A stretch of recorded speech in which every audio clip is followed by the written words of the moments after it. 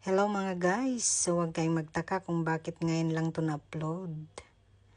So, gumala ang buong family guys. Ayan, ang dami namin.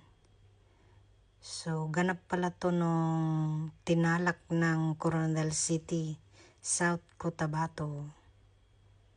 Ayan, so, nanood kami ng pagandahan ng mga bahay kubo guys na gawa ng fruits and vegetables, mga produkto. Ayan, so nagkanya-kanya ng pa-picture yung mga guys. Ayan.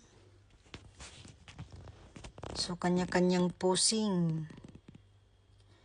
So amazing guys yung mga bahay kubo na gawa ng mga produkto ng mga farm. Ayan. So ang gaganda po. Contest po yan kung sino yung pinakamaganda. Yun yung mananalo.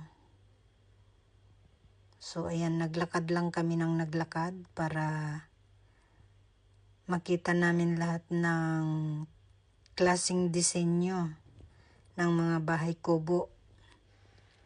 So, gabi pala yan nung gumala kami guys. At nakikita nyo, may mga mangilan-ngilan na nakapayong kasi nga po umaambon. Yung time na yan is umaambon. So, ang gaganda po ng mga kubo, oh. Yan. Ang gamit lang po nila, mga ano dyan, yung mga prutas, mga gulay. Yan, yun yung mga gamit nila pang buo ng kubo. Pag nakita nyo sa personal, ang ganda po talaga ng pagkakagawa nila. So, matagal-tagal din kaming hindi naka-attend ng tinalak. So, na timing nung umuwi kami, ay nakapanood din kami. So, ayan, may mga naka-costume sa likod guys, kaya pumwesto ulit yung mga guys natin. Ayan.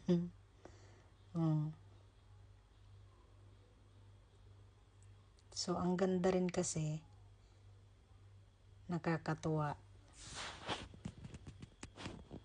So, pupwesto ulit yung dalawang yan. Ayan, tawa sila ng tawa kasi magpapapicture sila sa mga naka-costume. Sabi namin lumapit sila doon, nahiya naman. So, ayan, pati ang mga gumala rin kahit gabi na. Ayan, so in-enjoy lang namin yung gabi guys. Basta naglakad lang kami ng naglakad. At ayan lang. Thank you.